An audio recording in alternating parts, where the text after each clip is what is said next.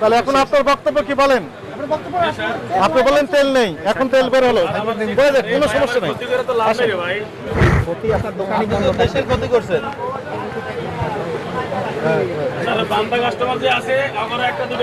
কোনো সুযোগ নেই, যিনি আগে আসবেন উনি আগে পাবেন। সবার না যতক্ষণ থাকবেন একটা এই জায়গাটা ফাঁক থাকুক, এই জায়গাটা পরে লিখুন। দিতে পারবেন না, এটাই নির্দেশনা।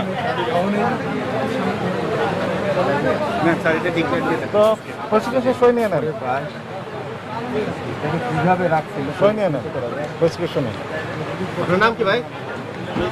এই দোকানটাই বন্ধ করে দাও। মোহাম্মদ শাহ আলম।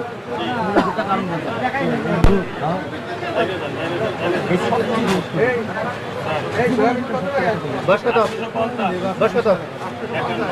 বাবার নাম বলেন। মমতাজ। এর আগে স্যার আমাদের সবাইকে মিথ্যাবাদী বানিয়ে গেছে, সবাইকে মিথ্যাবাদী বানিয়ে গেছে।